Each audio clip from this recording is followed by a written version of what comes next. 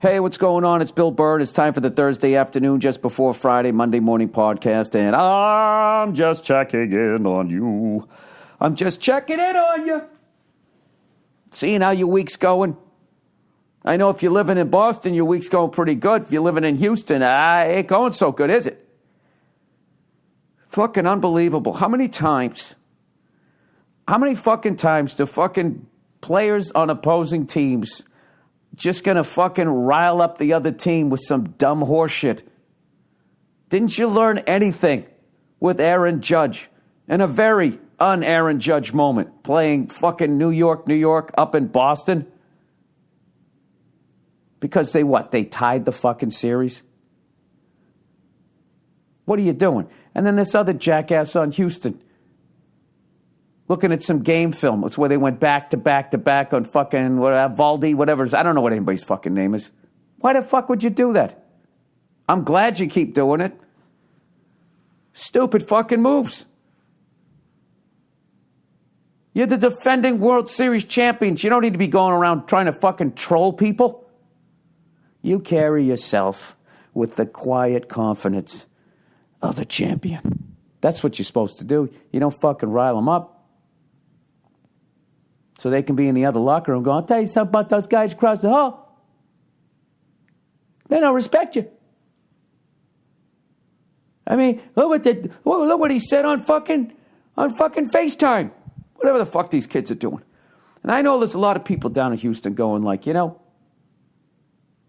know about that Altuve thing. I think that was a fucking home run. You know what? I agree with you. God knows they didn't have any angle where you could definitively say it one way or another.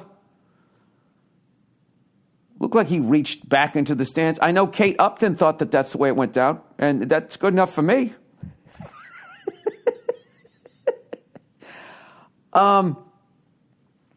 Kate Upton said, so if a player is in the stands, fans are supposed to move over. Those are the rules. MLB shouldn't let fans sit there. They didn't reach over the fence. Who would have thought Kate Upton was that into the fucking game? It's great. Anyways, I thought it was, every angle that I saw, which was nothing definitive, I could see why they didn't overturn it. I was surprised we got that call, but that's not why the Astros lost the game. I hate when people do that. Well, he missed the field goal in the first quarter, and they lost by 2. So, if he hits that, then they win the fucking game. No, if he fucking hits it, it changes the whole game. Didn't you watch Back to the Future? You can't go back changing things. It changes the future. The reason why you fucking lost is because you let up 8 runs. Why did you let up 8 runs? Because you're on fucking social media fucking amping up the Red Sox. They got a little more spring in their steps going, I'm sorry. Did they not respect the fact that we won 108 fucking games? And then Jackie Bradley Jr.'s got to go up there and give the old right there, Fred. What does? Anyways, I still think this thing is far from over. All right? You're probably thinking, hey, Bill, you're up 3-1. Why would you say that? Because I remember 2004 when there was a fucking $200 million team up 3-0. And they did win. So until we put the final nail in the fucking coffin,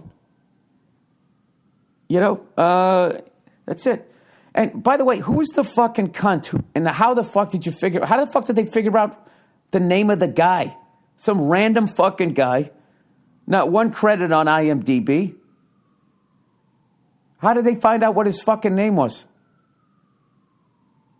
And then why would you go ahead and publish it after what happened to that poor bastard, what's his name? Oh, Mikey Michelson, up there in the Chicago Cubs, that guy. When fucking him and 4 other people all reached up for the ball, it just so happened to hit him. Whatever the hell his name is. I'm glad I forgot what his fucking name is. I hope that guy has been able to move on with his life. The guy to hide under the old Comiskey Stadium for the last fucking, 15 years. Now that the Cubs won it, will you finally stop taking your childhood out on this guy? That fucking guy in the front row did what everybody else would do. Do you realize the balls it takes to fucking stick your hand out there? You ever like have a foul ball or something? That's a fucking baseball. Would you go play baseball with your friend? The guy who's just building an app with no glove? Would you do that? Leave the guy the fuck alone. That's like some shit that morning fucking radio guys trying to be edgy. They're the kind of people, they fucking put the person's name out. This poor bastard, he goes, look, I got to get security. If the Astros lose this game, I'm going to need security to escort me out of here. If the Astros don't come back and win this. I mean, that's pathetic. What about the other pitchers giving up all those runs, huh? Do they have security escorting them out of the building? Well, I guess they do. How about that catch by Benintendi to end the game? Unfucking believable. So, having said that, the Houston Astros still scare the shit out of me because they are the defending World Series champions. They've had a couple of fucking, tough games here. But I figure Verlander's got to be coming back any moment to put on his white hat and come back in and save the day. Try to make it 3-2. Then all of a sudden they're like, well, hey, all we got to do is win one more. Now it's fucking tied up and it's anybody's series. That's how quickly it can fucking turn around. It's no different than getting married. You're a single man, you got the world by the balls, and any second you could just fall in love with the woman and all that freedom you had, all that time, all those great feelings you felt about yourself, all those dumb sports shirts that you had that you thought were cool, all of a sudden they just disappear. You're just like you're in 7th grade. I liked 7th grade. Honey, just try on this button down. And it all fucking goes away. Don't ever forget that, It's like a fucking squirrel, right? Goes over, gets a couple of nuts. It's fucking lollygagging across the road. And all of a sudden a Hummer comes along, right? Just fucking flattens the thing. I don't even know what I'm talking about right now. I just can't. I'm just stunned that we're up 3-1. Hopefully Joel Osteen will fucking open the doors to his church and let some people in there, Let that guy fucking hide in there. Joel, open the fucking door. I need security. Is it raining out? Jesus doesn't want you to come in if it's raining out. All right, enough of that shit. We still got one more to go. Having said that, I still love the fucking Astros, and I love their fans. I haven't seen them this fucking amped up, since those great late 70s teams with J.R. Richards and all that. And I love when I see the old school gay pride parade flag that they used to have. It was actually more like the gay pride, like ginger flag. Like if you like gay people but only redheaded ones, that was like what, and you had a flag for it. That's what their jersey looked like. All right, here's one for you. I've been in New York City. I'm in Baltimore now. Baltimore? Scarface reference? Anybody? I got 2 shows tonight at the Lyric Theater, and then I fucking got Atlantic City. I got 2 more, and then I see my daughter for the first time in a week. This has been fucking brutal, but I had to do it because I got to fucking try and, I got to hype these goddamn gigs. So, anyways, I'm doing the whole fucking run yesterday, 6:15 in the morning until 7 at night, just running my fucking yap about Madison Square Garden. And dude, almost every fucking interview is just like, so what do you think about Louis C.K. coming back? Stand-up is a predominantly white, would you say that it's a predominantly white male patriarchal fucking, well, what are your feelings on abortion? It's like, what am I fucking running for office here? All these fucking comedians that want to talk about that shit, just because they're talking about all of that shit and getting all political and fucking diving into this dividing the country down the fucking middle. I just sitting there like, why do I have to comment on this? So I'll let you guys on in a little fucking inside thing. Oh, sorry. I don't have my microphone, so sorry about the fucking breathing on the mic there. I'll let you in on a little fucking secret. This is how I handle those questions. They'll go like, so what do you think about Louis C.K. coming back? I just go, I don't know. What do you think about it?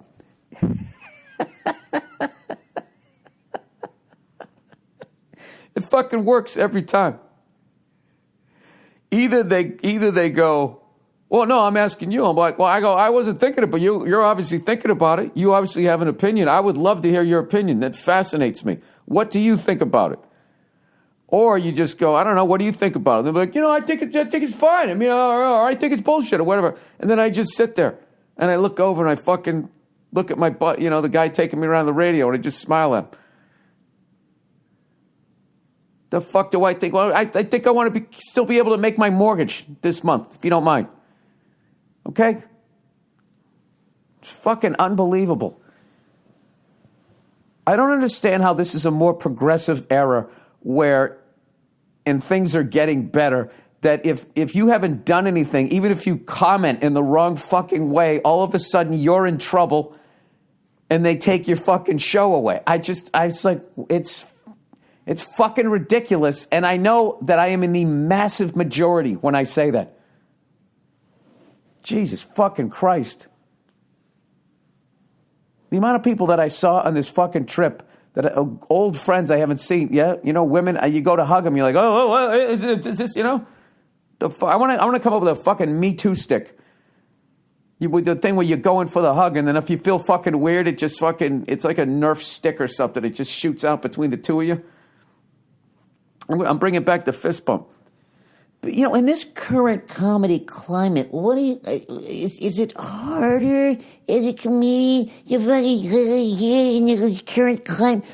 If I hear that one more fucking time, it's like, what fucking shows? Go to a comedy show. People are just showing up and they're laughing. They're adults. They know they're at a show. These fucking assholes.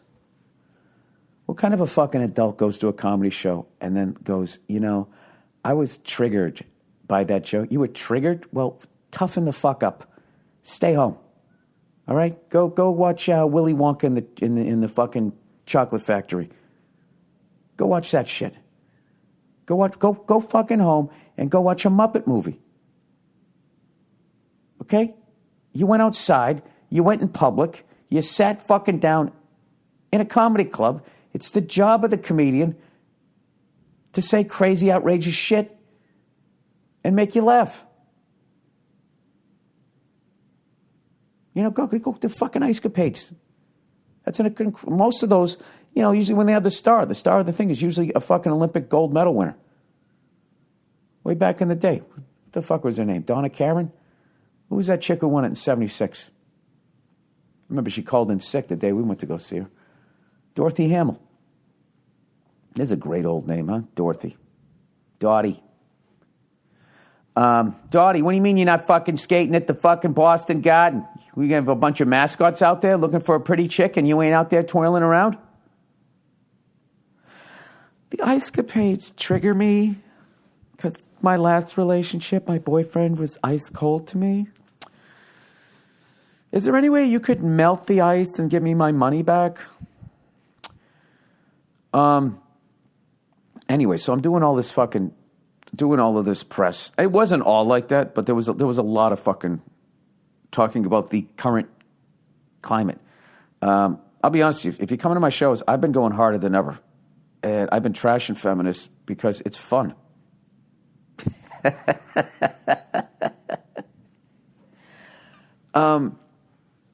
And I agree with, a lot of the shit, you want to make shit equal, I get it. Yeah, it's fine. Does that mean I have to lose my job because I have a fucking opinion about something? Huh? All right there, Bushy. Anyways, so I'm going around, right? And all of these fucking goddamn buildings you go into, they want like your fucking driver's license and shit, like you're going into the goddamn Pentagon.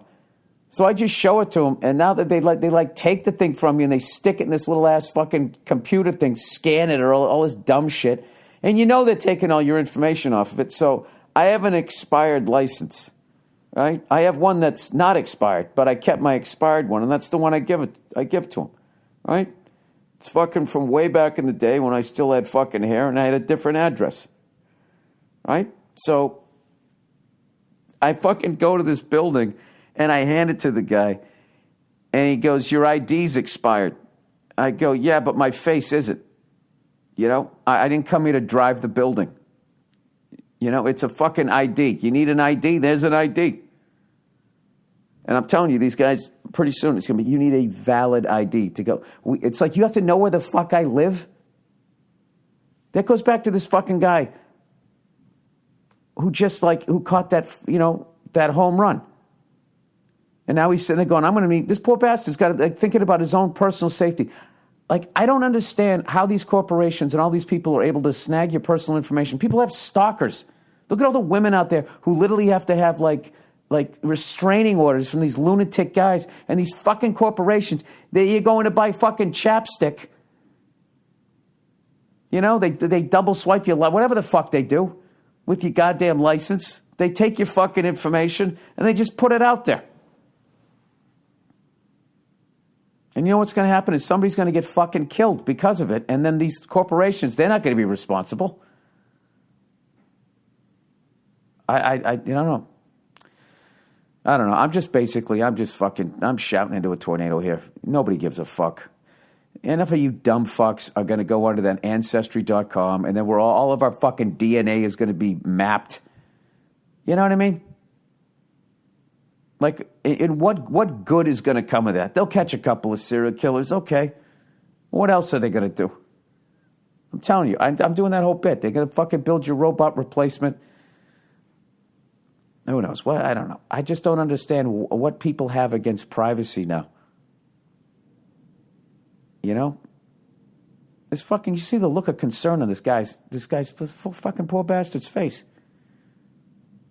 This poor guy in Houston, he's probably thinking, how the fuck am I going to get to my goddamn horse and ride out of fucking town without these motherfuckers getting a posse together coming after me?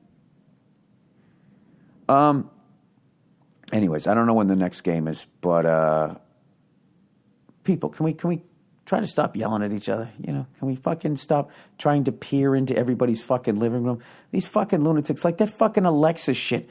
What kind of a fucking moron gets that? You're literally bugging your own house.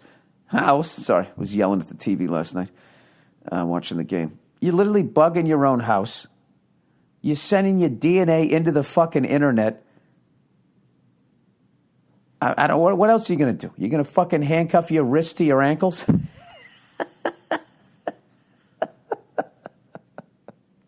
Start walking backwards down the street and see what happens? I mean, what are you doing?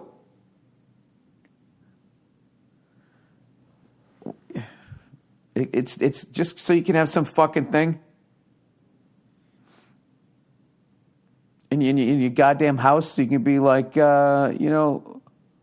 Captain and Tennille. What was the captain's, Alexis, what was the captain's real name? Dude, the fucking shit that I say when I'm in my house to try and make my wife laugh, I mean, I don't want anybody hearing that. I mean, that's our own private fucking jokes. Then forget about when I get into a goddamn argument, the shit that I say. Why the fuck would you, somebody's recording that. Who's listening to it? There's got to be somebody on the other side that Alexa, whatever the fuck it is literally listening to your life like a reality show. Maybe it was like an FBI guy or a fucking one of those international fucking gumshoe guys, and they're listening. Maybe he said a couple of fucking, you were trying to talk about former President Obama, and you said Osama instead. And that was a trigger thing. So now they got to listen in on your life to make sure you're not fucking, a terrorist or some shit, right? And then they just, I don't know. They're just listening. They don't hear any terrorist shit, but they just kind of get into your life. Oh, they're expecting a child. This is so exciting. I'm so sick of being in this van, and he just fucking listens.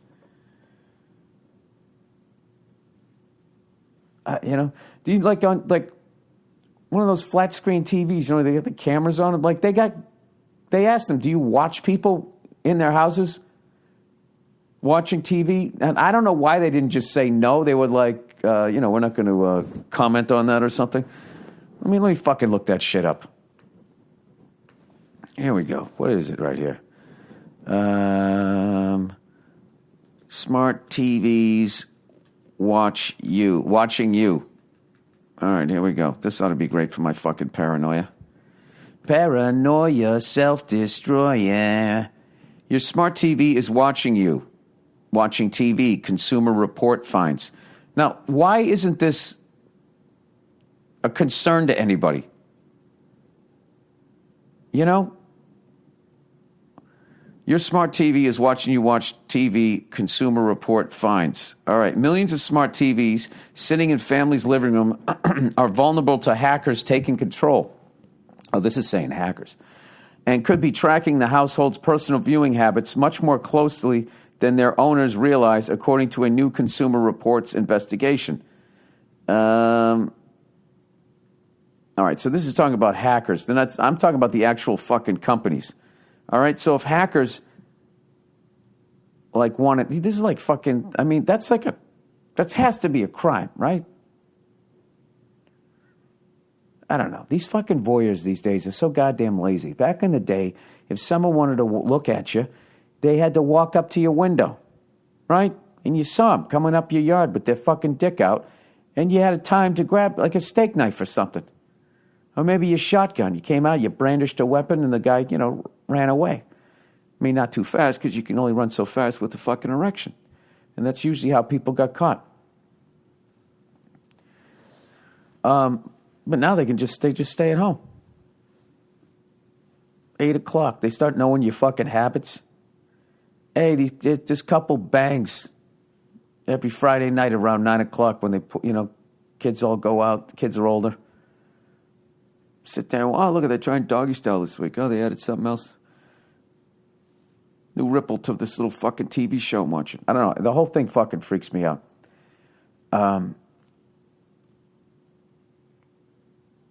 What is people's fascination with that shit?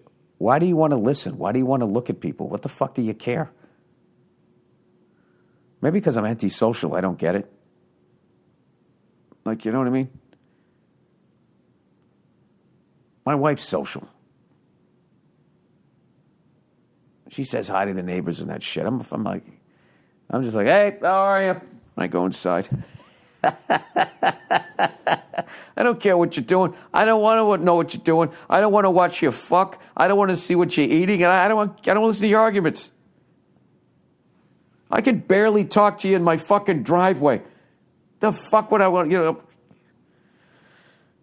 I'm gonna fucking watch that. I'm gonna learn how to hack into somebody's TV, or I could put on a Martin Scorsese movie instead. Yeah, man, but Alexis is real, man. I don't know. This whole podcast, the whole world's just fucking weirding me out now. I'll tell you this current climate. Let me read this. Felix Gray, which sounds like a Hollywood escort service, doesn't it? Felix Gray, can I help you? Yeah, I want a redhead, I want a brunette. All right, Felix Gray. The average American blasts their eyes with bright screens for 11 hours every fucking day. Oh, these things are great. I actually have a pair of these. These are amazing. Now you can protect your eyes. I'm not wearing them because I'm a moron. Have them at home. Now you can protect your eyes with a pair of Felix Gray glasses. Available with or without a prescription. Felix Gray glasses. Filter out 90% of high energy. I love that percentage. I always go with that percentage. 90% of high energy blue light and eliminate the glare coming off all those screens. That means no more tired, dry eyes. You can't hide your tired, dry eyes. Boom, boom, boom. And your blurry vision is a thin disguise. All right, or headaches. I thought by now. Sorry. Usually it seems like a hassle to have to protect your eyes, man. And that's why most of us don't do it. But Felix Gray glasses aren't like those weird computer glasses you've seen before. There's no yellow lens tint. Donnie, shut the fuck up. That's what I always think of when I think yellow. I'll have a finger here in an hour. Felix Gray glasses are handcrafted from premium Italian acetate. So they won't make you look nerdy. In fact, throwing on some Felix Grays is an easy way to look pretty put together. Felix Gray's glasses are available in non-prescription, prescription, and readers. With free shipping and free returns, there's nothing to lose. Don't go another day looking at screens without the help of some Felix Grays. Go to felixgrayglasses.com/Burr to protect your eyes today. That's Felix Gray Glasses, Gray, for all you dummies out there. FELIXGRAY glasses.com/Burr. There you go. That might be my favorite Eagles song. And there's a lot of them. Standing on the corner in Winslow, Arizona, such a fine sight to see. It's an Altuve fucking ball going into the fucking stands. Hold on, baby. You're out. Take a seat. I can't believe how many calls Boston teams get now. It's like they're making up for the entire last century. Roughing the passer. Go fuck yourself and your Super Bowl dreams. Right? Then all of a sudden, it just turned around. Everything just fucking has been going our way. I don't know what happened. Fumbled by Tom Brady. Wait a minute. The tuck rule. You're going to the Super Bowl. Alex Rodriguez slapping that ball out of Minkiewicz's hand. We never got those calls. Yeah, you're out. You can't fucking do that. But he's wearing pinstripes. That's over.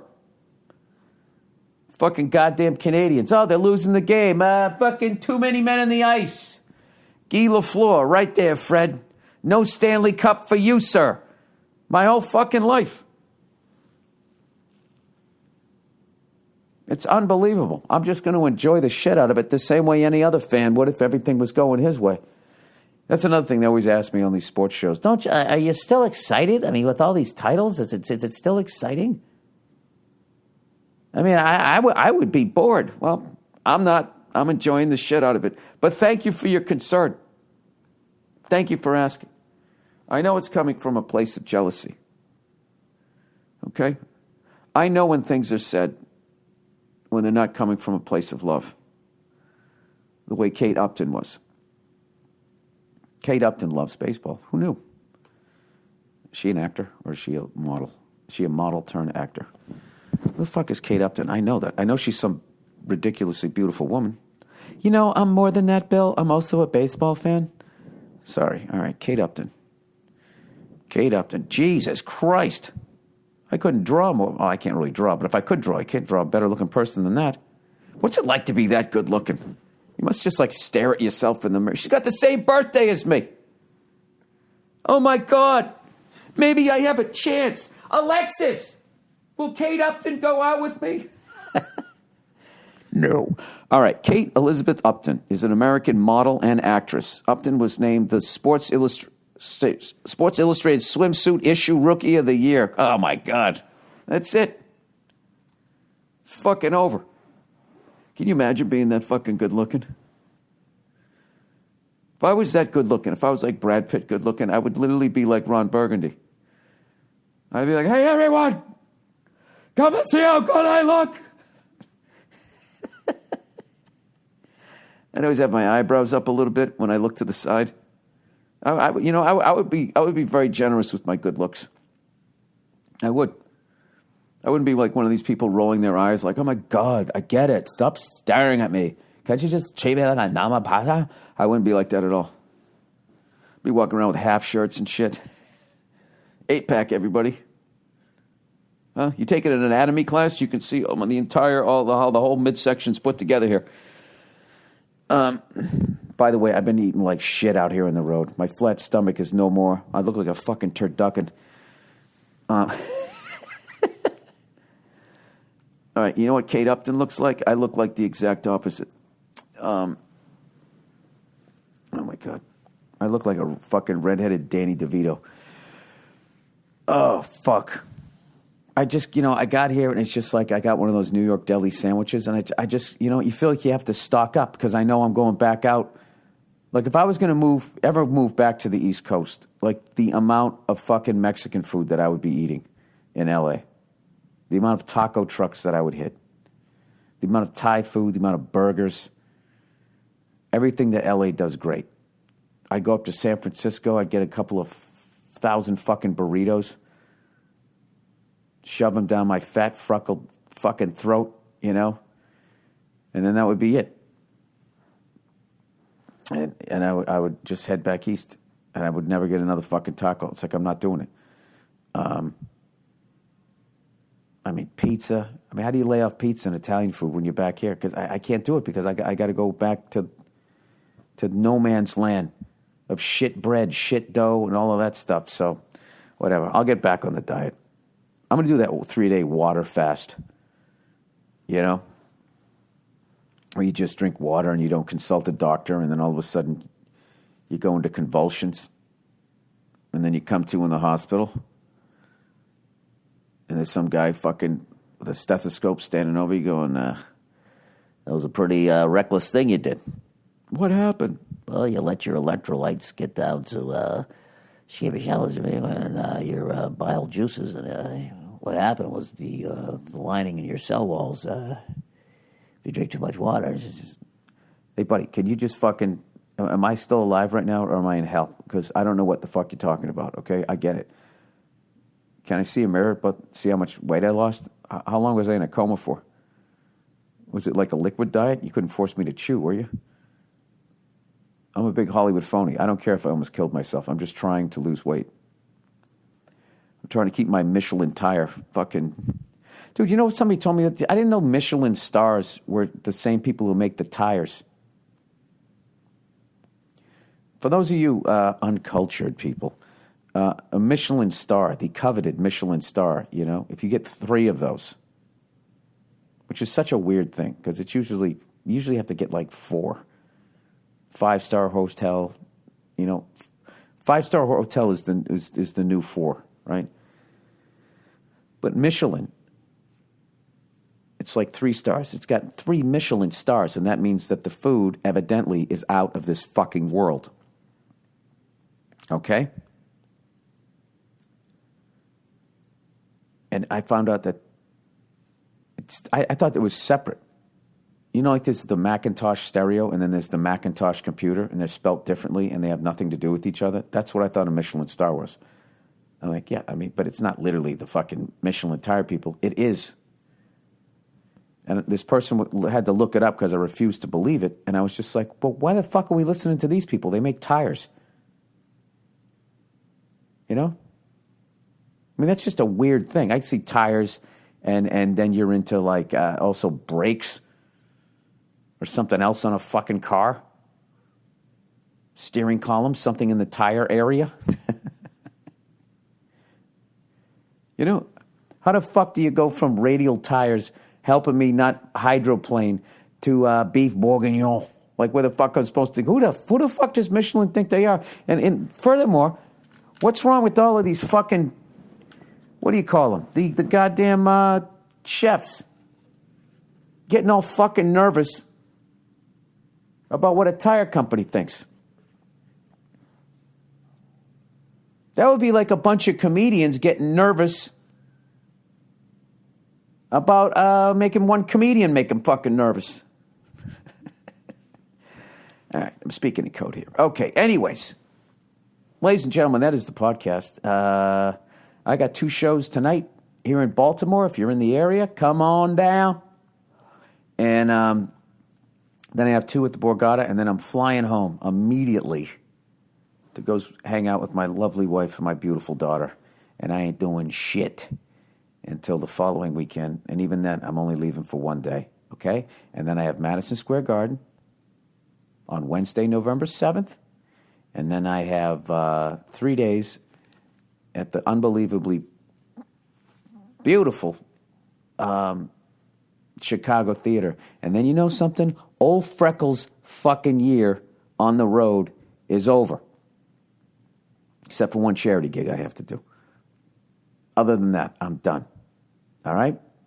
And I am going to get myself... I'm going to lose this fucking 10 pounds that I think I put on in the last 3 days.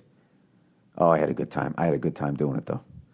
You know, there's a few places that I go back to, and it's like I just go back to where the fuck I was. Like, whenever I go back to Boston, it's just over. I go to all the places that I went to when I could eat McDonald's at 4 in the morning and still wake up and not have no damage done, really. And when I go to New York, it's just like, I'm not going to get a bacon, egg, and cheese sandwich on a fucking roll. Every goddamn, how do I lay off that? Well, Bill, you have willpower. I know. I'm streaky. That's how I am. All right. Anyways, go Red Sox, go Patriots, go Bruins, go Celtics. This is this great time of year where they're all playing at the same time. Astro fans, be nice to that guy. All right. He did what we all would have done. I would have done the same fucking thing. Actually, me, I would have got out of the way because I wouldn't have got hit with the fucking ball. But don't be a bunch of cunts. All right. If you take anything from this podcast, how cool is it that Kate Upton likes fucking baseball to that level? You know? It's about time one of these swimsuit models in Sports Illustrated actually watched sports. Well, great, Bill. I'm sure she's fucking thrilled that she has your approval. All right, please enjoy the music on the podcast here, and that's it. And then we'll play another half hour of greatest hits from a Thursday afternoon podcast just before Friday, with the Monday somewhere in there from earlier this year or maybe 5 minutes ago. All right, see you. Because you're sweet and lovely, girl, I love you. Because you're sweet and lovely, girl, it's true. I love you more than ever, girl, I do. All right, long distance hiking. Now, last week I mentioned that I went on a hike and we just kept going and going like assholes, not realizing that we had to walk back. Hiking is not like a treadmill. You don't just get to step off and be like, oh, I'm still, despite the fact I walked for an hour, I am still only, 10 paces from the parking lot in my car. We ended up going on like an 11-mile hike, and it was exhausting to say the least. So this person is writing about long-distance hiking. Another great old man thing to do. Yoga, hockey, ice hockey, and hiking.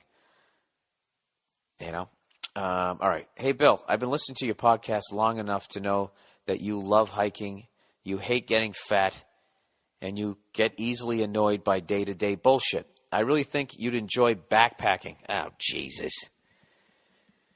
Backpacking? I know it's awesome, but can you call it something else? Backpacking? I just feel like I'm fucking waiting for a bus, picking my nose, about ready to get the shit kicked out of me. Hey, you guys want to go backpacking? It's a pack you put on your back, and you go backpacking. Or long-distance hiking. Okay, let's call it that.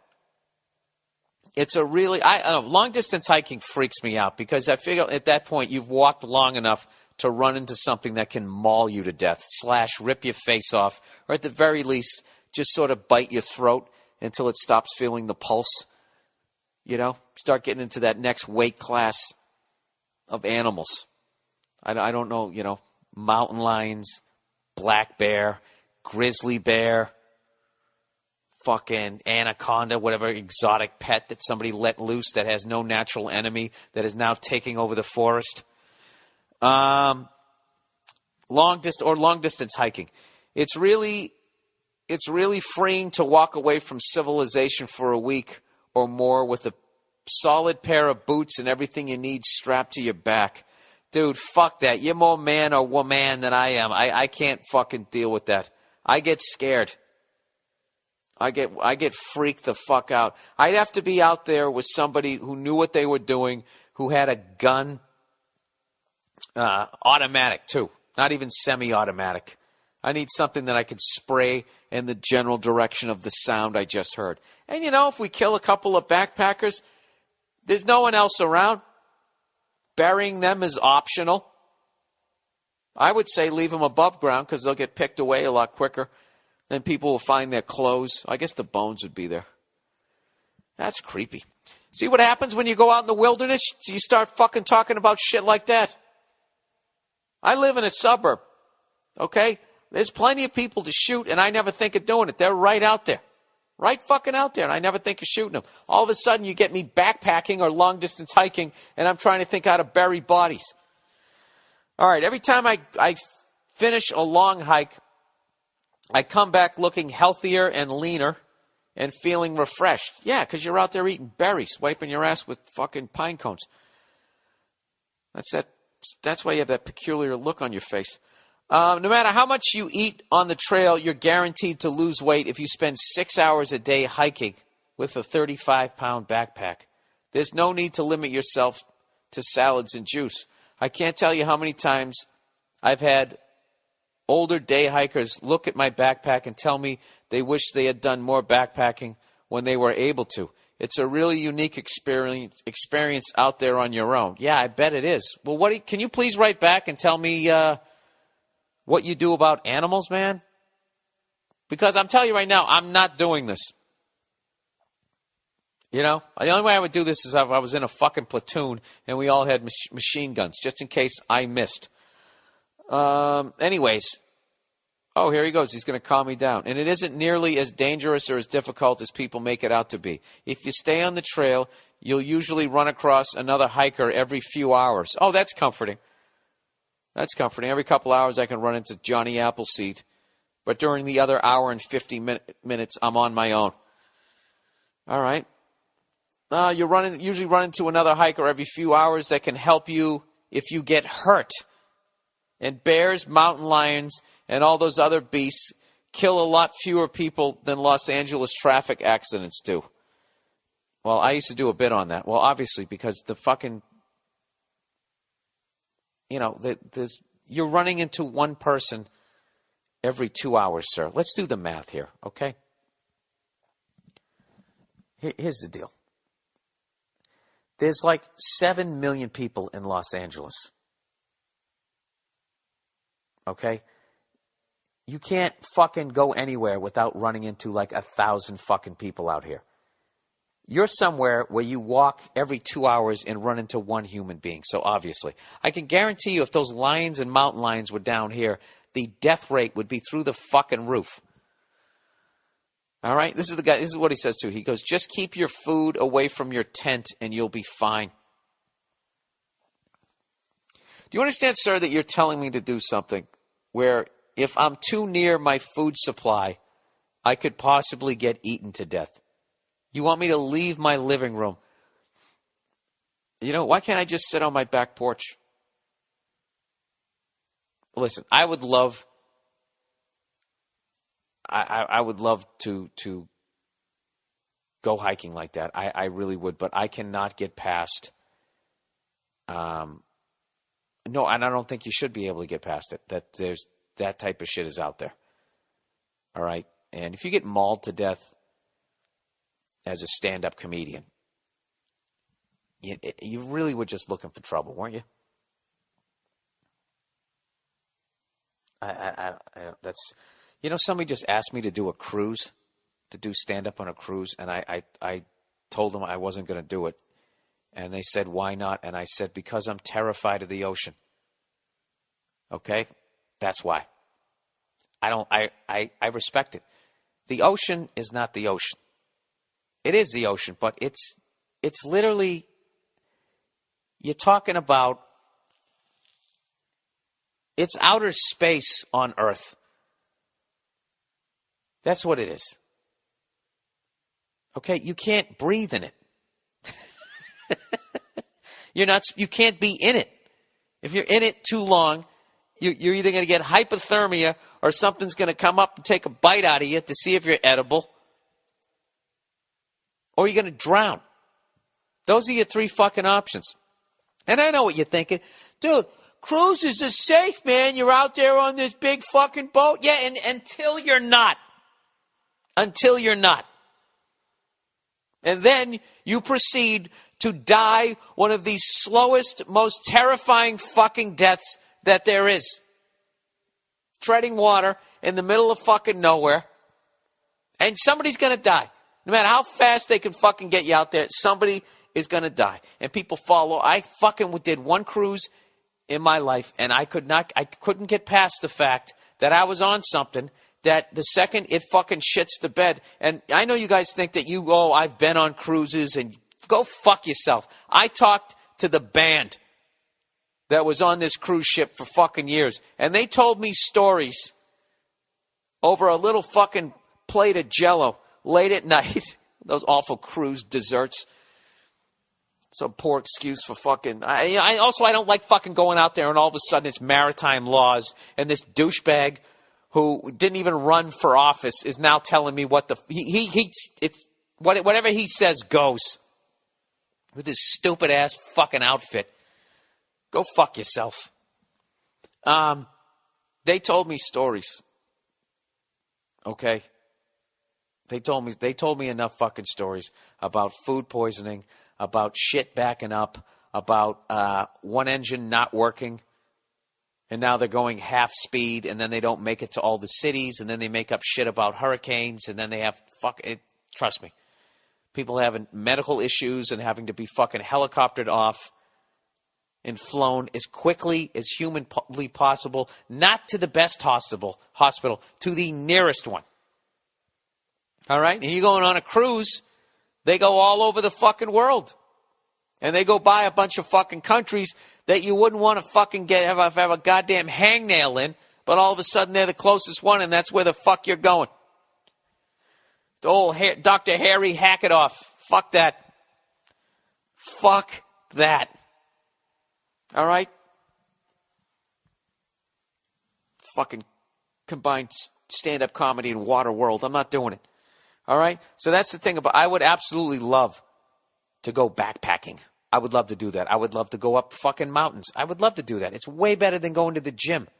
I understand 100% what you're talking about, but dude, that shit where you run into a bear, mama bear, and it just turns around and just runs at you 35, 40 miles an hour.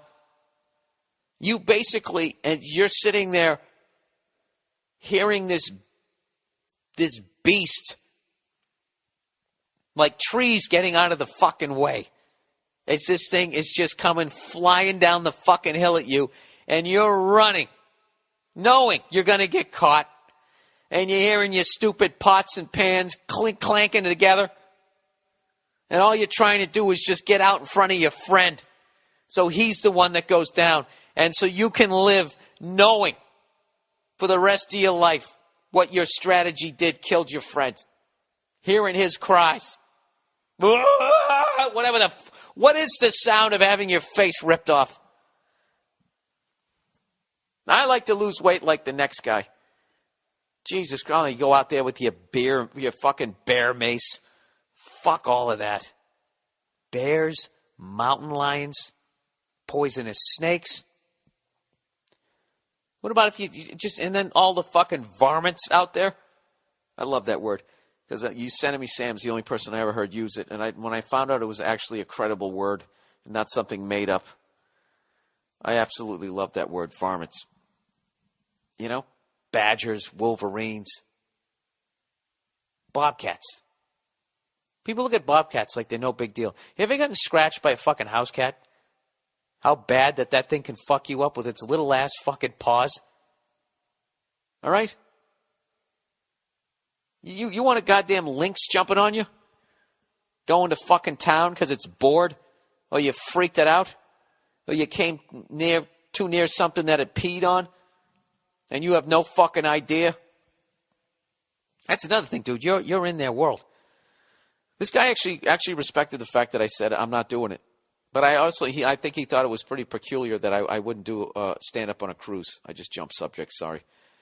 And I was waiting for him to ask me why, and I would just be like, well, would you do a podcast? On a boat in a lake that's full of fucking alligators? I mean, you can, okay, we're on the boat, everything's fucking fine, but it really is just an unnecessary risk that you take. It goes all the way back to that fucking Saints fan. He got off easy. That same fucking guy, put that guy with his jersey, with his video camera, walking up to a mama bear screaming, hoo-day, hoo-day, and all that type of shit. He's worried about getting spit in his face. He would have bear saliva all around his fucking neck.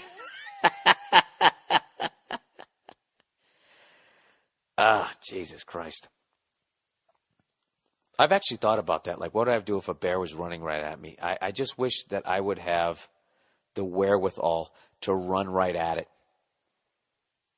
Like, if a shark was coming at me, swim right at it, and as quickly as you can, shove your fucking head in there and get it over with. That is the only fucking strategy. What, are you going to climb a tree? Thing's going to go right up that tree. Did you ever see that YouTube video of those guys sitting in the tree hunting that bear, and all of a sudden the bear just literally runs up the tree next to him and is like,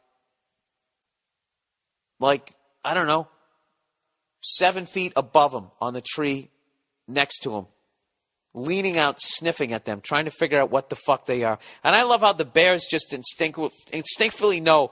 It's just like with that bear 8 feet above you, that's like when you're in the upper deck of a stadium, and you're shit-faced, and you get into it with somebody 2 rows behind you. They automatically have the advantage because they're punching down. Right? You're going to lose that fight. You're going to fall on your back. You're probably going to break your ankle. Something's going to get twisted as this guy's punching down at you. Now just imagine it was a bear.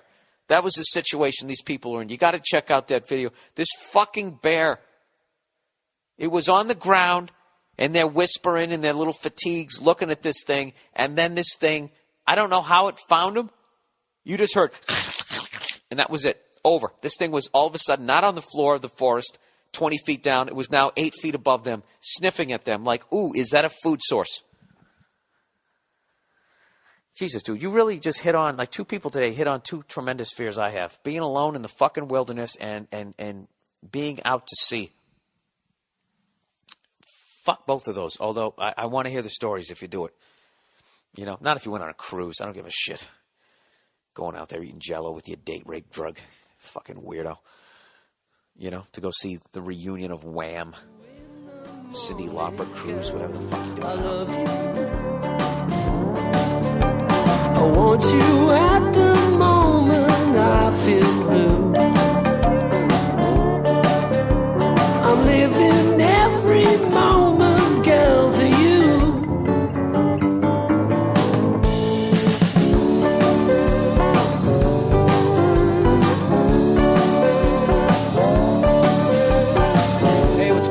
It's Bill Burr, and it's the Monday Morning Podcast for Monday, October 18th, 2010. How the fuck are you? I'm actually doing this shit Sunday night, and I posted it nice and early. Look at that. That's a gift for you. All you cunts out there bitching about how, dude, actually, you should call it the fucking Monday afternoon podcast. I guess maybe you have a point. But, what about me? What about my world? What about the fact that I record them Monday morning? So it's still the Monday Morning Podcast. All right? It's fucking free. I think don't I have the right to name the goddamn thing?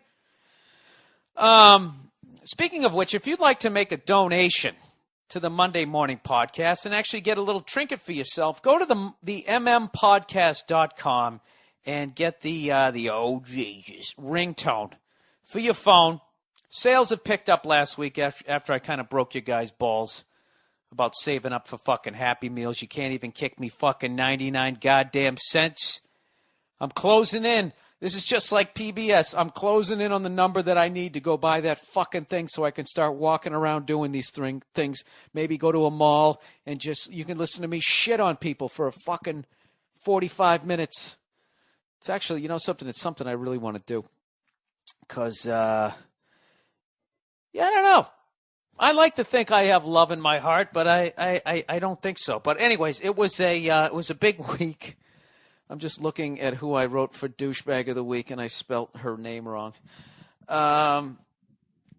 Anyways, let's talk about the week coming up. And I've actually been talking about this shit on stage, and I don't give a fuck because it's such a topical bit.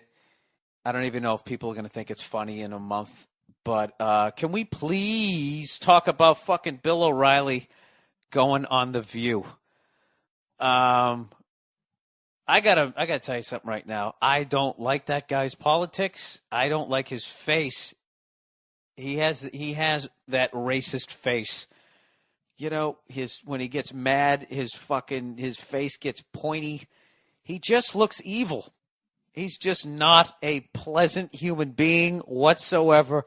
But I got to tell you, he fucking destroyed on The View. You know? And somewhere in there was a victory for men because he took on 4 fucking women. They were all yelling, nah, nah, nah, nah, nah, and he got 2 of them to walk off their own fucking show. How do you do that? As a comedian, I was embarrassed that 2 stand-up comics just quit, which is why I'm nominating Joy Behar and Whoopi Goldberg as douchebags of the week. What did you think was going to – do you think he was going to go – no, wait, don't leave. That's exactly what the fuck he wanted you to do. I was actually hoping at that point that the other 2 women were going to leave and then he could just start hosting the O'Reilly Factor on The View. That would have been – he just totally 100% dominated, at the very least, that segment, because I don't watch that fucking show. But he just came on. First of all, he sits down. He's got on that shiny fucking Joe Pesci suit. It's difficult to say. Joe Pesci suit. And he's got his fucking legs spread like with his ball bag hanging, his shiny ball bag. He looked like, if you ever see like when Kennedy debated Nixon, how if you listen to it on the radio, how everybody said Nixon won, but if you watched it on TV, Nixon was all tanned up. He had his legs crossed. He looked like a winner. And Nixon sat there with his fucking legs splayed and crossed like underneath the chair. He looked like a fucking moron. That's what Bill O'Reilly looked like, and he still dominated. I love when he turned to Joy and was just whatever. I'm paraphrasing here, but he was just like, be quiet and learn. And she had nothing. A fucking stand-up comic. She had nothing. The whole segment was fucking hilarious. And when he goes, another gem of a moment was when he goes, a lot of people don't realize this, but 70% of Americans don't want a mosque at ground zero. And Joy goes, well, I'd like to see that poll or something like, and as she's saying that, the crowd is applauding what Bill O'Reilly just said. So you really don't need to see the poll at that point. And getting beyond that, what he really should have said was 70% of Americans don't realize that they're not building a mosque at ground zero still, that they're actually making a rec room with a ping pong table and an area to pray, kind of like they have an area to pray at every fucking airport. 3-4 blocks up the street at a goddamn coat factory is where it's actually being built. But the fact that he said that they're still building a mosque and that he got an applause break, Joy is so wrapped up into her own fucking opinion that she doesn't even hear her own studio audience back up the guy that she's trying to shit on. And the fact that this fucking guy is still putting out inaccurate information that people are still backing. It just was fucking awesome on all of those levels. And I like how Barbara Walters was old school cool. And she didn't walk off. She gave those 2 douchebags of the week shit for walking off their own show. And then she got him with a nice little classy zinger. He said, Bill O'Reilly's on here this week. When we come back, we're going to talk, or he's on the show today. When we come back, he's going to talk about his new book called Pinheads and Patriots. And then she looked at Bill and she goes, at this point, I'm not sure which you are, or something like that. It was a great little zinger, but she wasn't like judging the guy. I don't know. The whole thing was funny. And just how Bill O'Reilly is viewed as this intolerant person, and then he comes on the show of, I guess, mostly liberals, and then they show absolutely no tolerance for him and then throw a fucking temper tantrum and walk off their own goddamn show. I mean, you can't tell me everybody over at Fox News wasn't literally jerking off to that moment. Bill O'Reilly almost became a fucking rock star in that moment. That was like a stand-up comic moment that he did to 2 comedians, which blew my mind.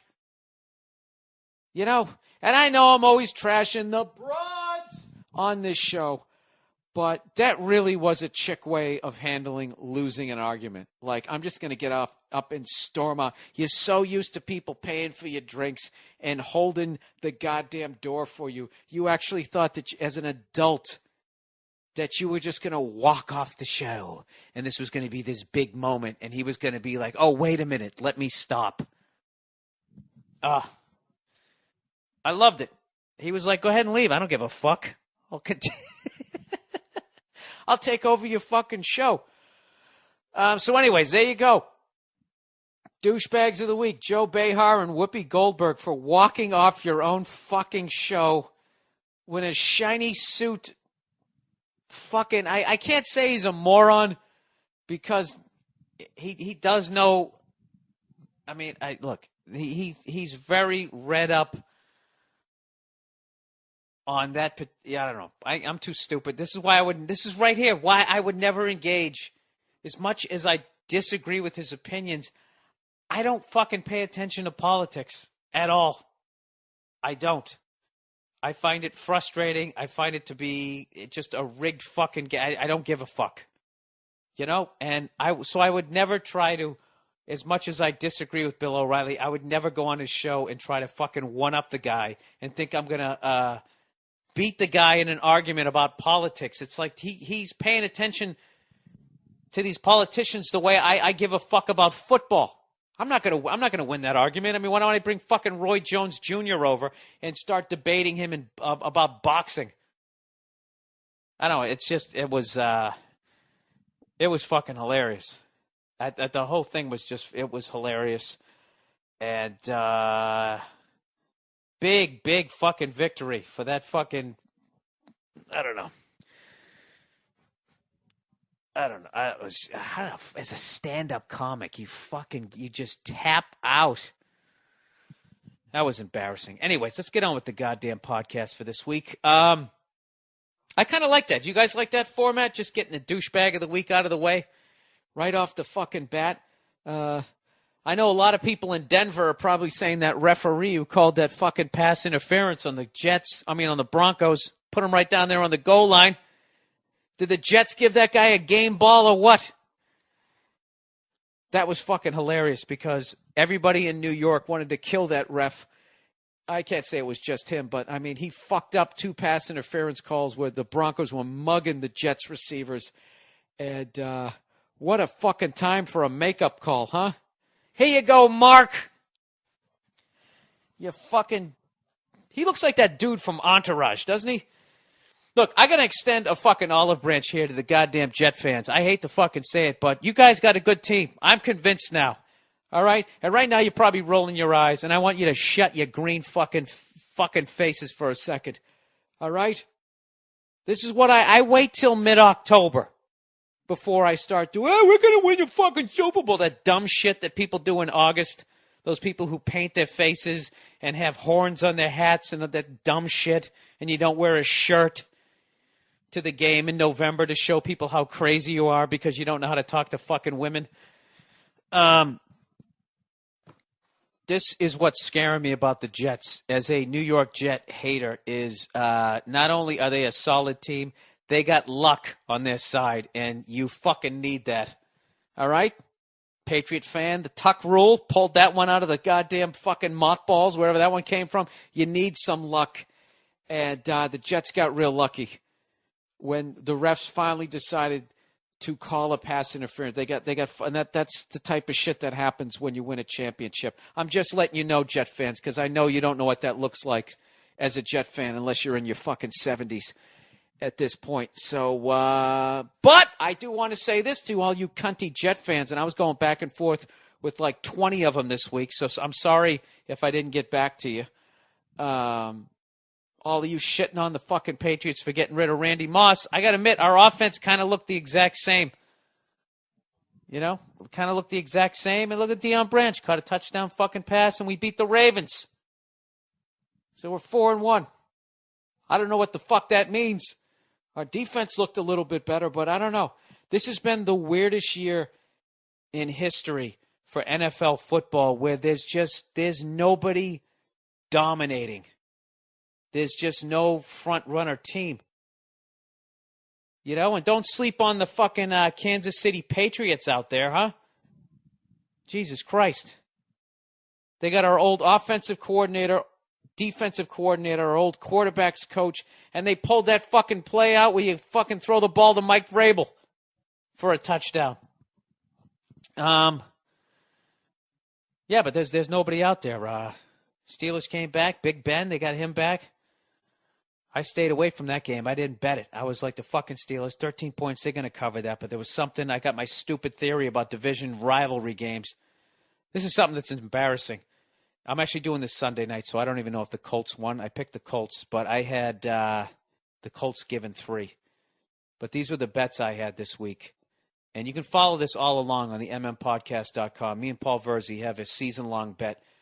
We were picking 3 games a week, but now we're kind of addicted to it. So now we're kind of up to 4. We're going to pick 4 each. And at the end of against the spread, the end of the year, whoever has the best record wins the pot. And I went 4-1 last week. I thought I knew some shit, and this week I got my ass handed to me. The only game I won, I think, is the Jets game. I took the Jets given 3. I just didn't believe in Denver's fucking quarterback. And but I had Oakland given 6 going to San Francisco. San Francisco keeps shooting themselves in the foot. Oakland's been paying kind of competitive. Fuck it, I'll take that one. Lost my ass on that one. And I went against my gut that has been telling me that Tony Romo is missing half a fucking chromosome, and he despite the fact that he throws for 350 yards in the final minutes of the fucking game, he just doesn't get it done. I went against that because I saw what's-his-face, Brett Favre, grab his goddamn elbow last week during the Monday night game. So I'm like, he's an old fuck. I don't give a shit how many horse tranquilizers they give him. They're not going to win, so I lost that fucking game too. And I got to admit, I've won money on the Jets 2 fucking weeks in a row. 2 weeks in a row. 2 fucking weeks in a row. So there you go. So if you want to follow along and watch our NFL picks and that type of stuff, I'm actually trying to talk less about the NFL just because that's all that I've been talking about, I feel, for like the last 2-3 weeks. So, and speaking of which, I actually ran to Nick Swartzen and he asked me next time he could come on here because he wants to scream about fucking NFL football. And if you guys think that I am a psycho when it comes to that shit, this guy, he really, like I was telling him that Bills Jets game where somebody, like, when I was taking a piss and somebody almost pushed me to the wall because I was running my mouth so much. And I was telling him how I was thinking back afterwards of how I don't want to end up with my teeth on the floor of a fucking half-ass NFL stadium. And he was like, no, you did the right thing. You did the right thing. You should have talked more shit. So I got to get him on there because I think it'll be on this podcast, do another one of those special ones just because I think it'll be interesting to hear me trying to be a recovered angry fan and him saying, no, you got to steer into it. Anyways, let's get with questions this week. Somebody wrote me here and he said, Bill, I just got the DVD, Let It Go, in the mail, and it was fucking awesome. And before I even get going, I want to thank this guy for actually buying the DVD. And I also want to thank all you guys who went out and bought it. It was actually #1 last week.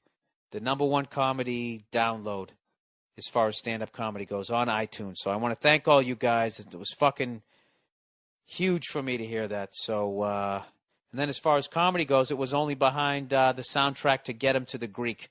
I don't know where the fuck it is now. At this point, it might be behind some fucking Nipsey Russell compilation. But for one day, I was #1. So please keep buying it. And everybody's saying the same shit who has bought it. They're like, wow, it's even funnier than what I saw on Comedy Central. And they took out some fucking strong bits, which I really feel that is accurate because they took out 16 minutes of the special. So if you think you saw it, you still haven't seen it. It's only fucking $10. $10 and change. So please check it out, just so I can sell enough fucking units so this place, these people I did business with will actually get in business with me again and want me to do another fucking special. That's how it works. See, if they don't make any fucking money, next thing you know, I will be on American Idol sitting next to Steven Tyler, and I'll be fucking, I don't know. Well, actually, I guess I would be on Last Comic Standing, wouldn't I? Have I said anything funny for 20 minutes? Let's go. Let's plow through this. Anyways, I just recently started listening to the podcast and whatever. any fucking ways. I like how conversational this guy writes it. Listen to the podcast and shit in any fucking ways. I like how you talk about pirating music / comedy and how it sucks ass. I'm an independent musician, and if I don't sell my singles for 90 cents a fucking song, my music career dies. It doesn't matter that my YouTube videos of songs have hundreds of thousands of hits or whatever. Actual sales mean everything. I hear you, because they will not get back in business with you. So anyways, he goes, I have a question about alcohol. I don't drink that much, but when I do, I drink excessively, like twice a week. Usually I black out. Nothing bad ever happens. I just like drinking. Jesus, this sounds familiar. He goes on to say, should I cut back? I usually clean my apartment when I black out. That doesn't seem bad. However, most people think I have a problem for getting that drunk on the weekends. Would appreciate your feedback. Again, Let It Go was great. Worth the $10 fucking. Well, thank you once again for buying it. Yeah, dude. All right, I got to tell you, I've blacked out from drinking. Who hasn't? And I got to admit, I've always been fascinated. Oh, the lovely Nia's coming in. I've always been fascinated. It's freezing? Maybe it's freezing in here. Come on the podcast for a second. We'll turn the heat on. Oh, Jesus. You know what she just picked up? I don't know where you got that. She bought this fucking, it looks like a woolly mammoth pelt. You're really into furs. Oh, my God. Huh? Pick up the microphone and talk into it this week rather than me interview. First of all, this is not real fur, okay? This is faux. I got this downtown. What is faux? It means fake in French. Oh, okay. Jesus, look at you coming here all hoity-toity. It's fucking gross. No, it isn't. Yeah, that looks like that used to be in the back of a van in No, the it 70s. does not. And I bet if you put a fucking ultraviolet light over it, Bill. Greg Brady's jizz is on that from when he banged Florence Henderson. All right, I said it. It's disgusting. I don't like it. Like you've made that point several times. But I get but it. to you, but not to the listeners. I think they need to I know. think they've gotten it. You said it 20 times. No, listen. I'll be the judge of that. Yeah, okay. It's disgusting. It's not. It's a piece You of fabric, pull it up, Bill. I you got do it it. in the fabric district, the fashion be district quiet in Los Angeles. and learn something. And oh my God, are you doing the Bill O'Reilly thing? Yeah, I'm trying to see if that works on all females. Because Joy, No. just shut up. You know what's fucked up? I actually, douchebags of the week, I actually said Joy Behar and Whoopi Goldberg for walking off their own goddamn show, quitting as Are you stand-up going to comedians. throw Bill O'Reilly in there too, or just the two of them? No, I said that I don't agree with his politics, but he was the man. It was their show. They shouldn't have walked out. It's true. It's He like fucking- you're in my house. You walk off. You know Yeah. what I mean? But Yeah, it would be like if someone, you had a house party and some guy came in like breaking shit, was being a dick, and then to make him leave, you leave your own fucking you house. left. I can't deal with this Yeah. anymore. And you're waiting for him to say no. So let's get back to this thing. Can you please stop buying shit like that?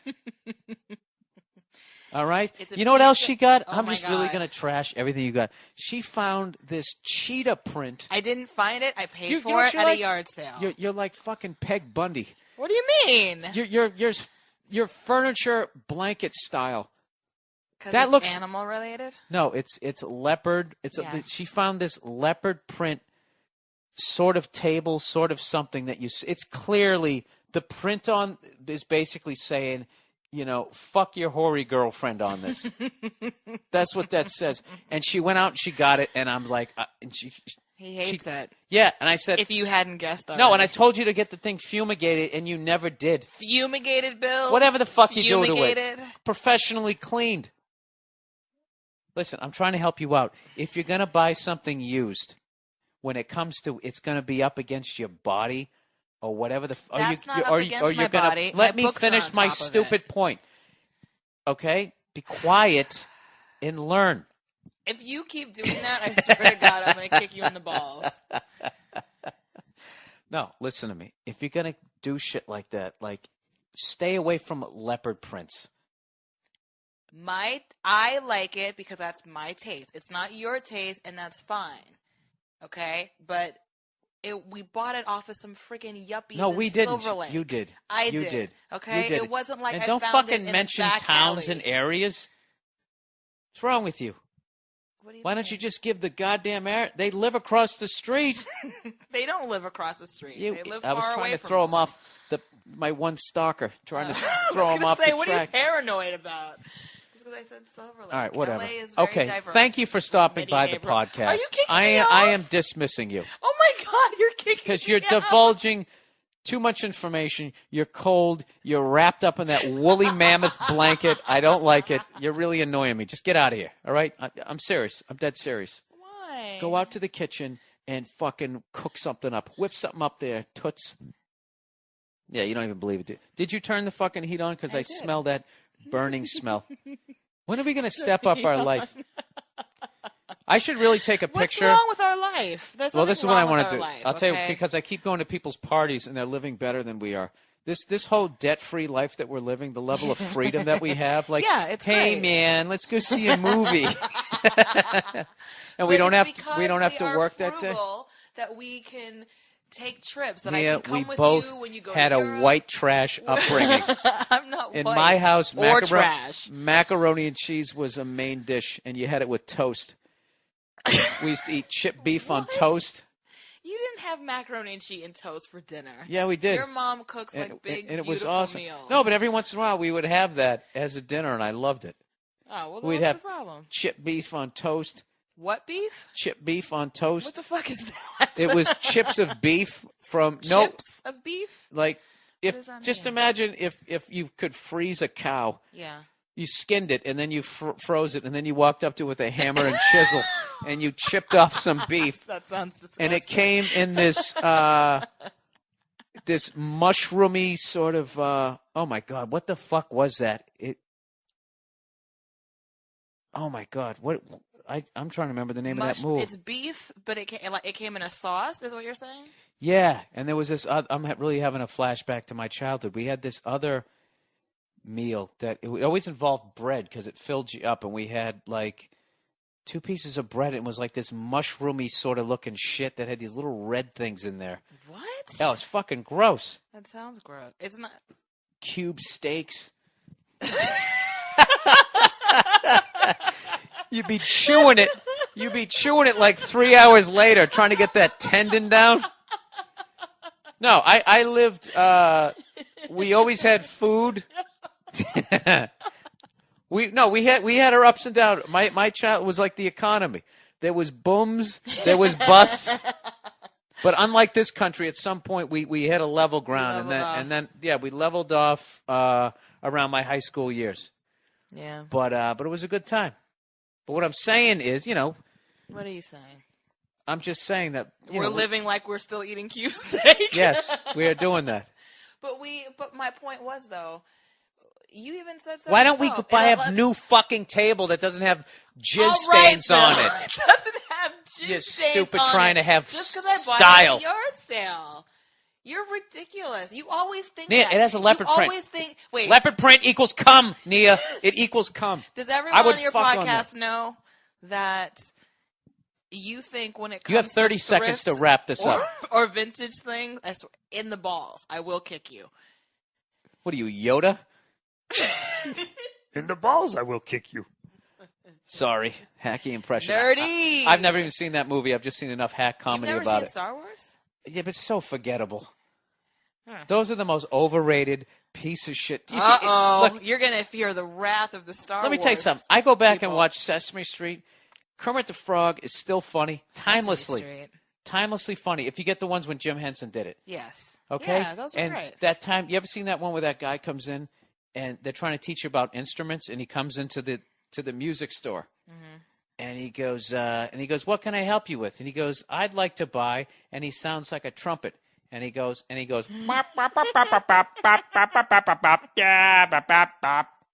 right? So you're thinking in your head, you're like, oh, that's a fucking trumpet. And the dude comes back with like a snare drum.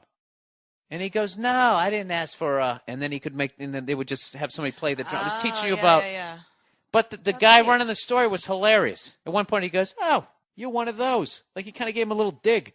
Like there was something in there for adults, and it's still funny. But you go back and you watch Star Wars, unless you're just like reliving your childhood, which I understand because I watch NFL highlights and look at football cards. I do get that, but I wasn't a sci-fi kid.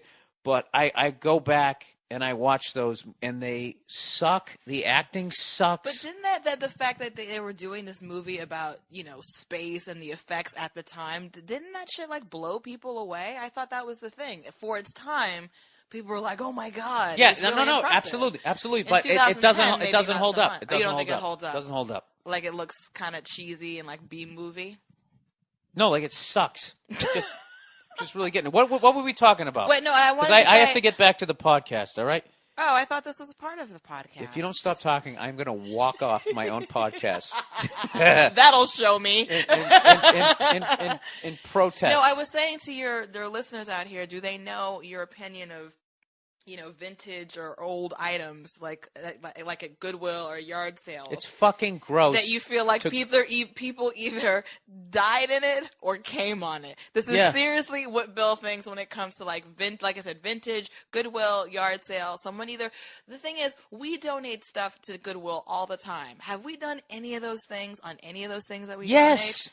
No, we haven't. Yes. Oh my God, I can't believe you're saying that. Yes. No, we haven't. I'm going to tell you right now, there's not a T-shirt that I own. Oh my I don't God. give a fuck Oh how many my times God. you've washed You it. need to stop. Well, you need to stop asking the questions. Well, I never did anything gross in like the clothes that I donate to Goodwill or whatever. Give me a break. All right, listen to you. If you're not going to be honest on the podcast. I'm being completely honest. Look, first of all, you go down there, and then all that goddamn estate jewelry with those brooches, that's somebody's dead grandmother's stuff. So what? That's fucking creepy. So what do you propose people do? Throw it in the trash? No, I don't know. I'm not. People can do whatever they want. I just don't want you wearing some fucking Jack Klugman's old trench coat. All fucking itchy, and it's just gross. It's fucking gross. We have the money to buy new clothes. Go buy them. I like certain vintage clothes. A lot of people do. It's a style thing, all right? All right. You need to not be such a snob about it. No, I don't. That's I'm the not a thing. snob. You are a snob. I am not a and snob. you talk about us not stepping it up, but you're snobby about stuff. Anyway. Stepping it up is having nice shit in you, not grabbing a leopard fucking cum table off the goddamn sidewalk. If you don't stop, it's nice. All right. I like Okay. it. It brings me happiness. And All right. just because you don't like it doesn't mean that I'm not allowed to be happy. All right. You know what? You wore me out. You wore me out. You won. All right. Well, thank you for stopping by the podcast. No, I have to get because I talked to Greg Fitzsimmons on the special one. So I've already had guests. I try to do the guest thing every once in a while. And your little pouty face is not going to influence me either way. Fine. Do me a favor. Go out and go get me some ice cream or something. Can you? What's that shit that the Italians make there? That awesome stuff, gelato. I'm not going to get you gelato. Why? Because you kicked me out and you're cold-hearted. What if I asked I'm not really buying nice? you gelato. What if I asked really you nice? insulted my taste in What everything. if I asked nicely? So What if I asked nicely? it's too late. You're not even asking nicely now. You're saying with this edge in your voice. You haven't given me a chance. I'm leaving. Nia, It's been real. listen, you look so beautiful right now. Screw you. And I was wondering. There you go. See, that's how you get rid of your girl. All you do is ask her to do you a favor, and they storm out of the room. So there's another one for you. All right, let's get to underrated, overrated this week. How far into this fucking pod? All right, 31 fucking goddamn minutes. Actually, speaking of reliving your childhood, I actually every once in a while go through. Like I'm really big on the NFL in the 1970s, and I own complete sets of football cards, basically from the late 70s to the early 80s, which was basically when I was of the age when I should have been collecting football cards, all the way to the age where I was almost getting a driver's license, and it was getting a little weird. And my parents were worried that either I was going to live at home for the rest of my life or bring a gun to school, one or the other. Let me get rid of this. Close this window here. Let's get to underrated, overrated for the week here. Overrated, underrated. Overrated. This person's, and this is for any new listeners out there. of my podcast, which I doubt I'm going to have for a while because evidently iTunes is done with me. And I know there's a lot of people, if you already subscribed, this was the confusion last week with Brad, is if you already subscribed to my podcast on iTunes, for some fucking reason, you can still get the podcast each week. But if you're a new listener and you search for the podcast, it's not there anymore. If anybody knows, any computer-savvy people out there knows a way that I can guide new listeners to find where my podcast is on iTunes, I would really appreciate it. I don't know if it's because you clicked on my website. This is all shit my web guy handles, so I have no fucking idea. Please help me out. Won't you please? All right. Overrated, underrated for the week. Overrated, Lady Gaga. This guy says, or this woman, I have no idea. Why is it she can dress like a Slim Jim mascot and sing about being a cock tease and everyone thinks she's brilliant? Do they listen to her lyrics? And stop telling me she's beautiful on TV and in magazines. I'm sick of being told what to find attractive. I don't know where they get their standard, but this bitch is ugly. Granted, she has a nice ass from what I can tell by the Rolling Stone cover, but I bet it's not even her real one. While I'm at it, Britney Spears is ugly too. Where does the media get its taste in women from? Come on, man. Back in the day, Britney wasn't hot. You know? Before she went crazy and shaved her head and robbed that 7-Eleven or whatever the fuck she did. You know something? They might actually fix her up a little bit because I thought that remember that video she did where she just wore the all red latex outfit? She looked like a fucking midget. I don't know what it was about that. Was she not wearing high heels? She looked like how she would look like the morning after you fucked her and you got to see what she really looked like. You know my theory about the whole women with high heel shoes. And you're thinking, oh my God, look at this girl. She looks like a supermodel. And then you get them home, you get them out of the shoes, and after you're done doing what you do, and they get up to go get some water or go to the bathroom, you just see this midget in a thong waddling across the fucking floor. That's what she looked like in that video. Oh, Jesus. See, this is why I don't do fun. You know something? For all you cunts who give me shit about how the podcast is late every week, this is why I don't do it Sunday night, because I'm burned out from watching fucking sports, or I flew on an airplane, and it's never funny. This is the only part of the podcast that ends up being funny, is me talking about how fucking unfunny it is. All right, let's plow ahead. Did I tell you guys it was raining out here today? And how every douchebag out here, the second it starts raining in L.A., they start driving like there's 6 inches of snow on the ground? Evidently, it's because it never rains out here that all the oil, transmission fluid, and all that just sits there and marinates on the street. And I guess when it rains, it makes it extra slippery. More slippery than it would be in an area where it actually rains. But these fucking it's still not that fucking slippery. Continuing on. These are just ideas. These aren't even jokes. I'm just presenting premises that maybe one day I'll be able to make funny. Jesus Christ. Underrated. Pit bulls. It fucking burns me up to see all the bad press pit bulls get because some horrible luck abused one. What? Get because some horrible fuck abused one into a killing machine yet again. They're not like that. I have one, and he's a fucking marshmallow.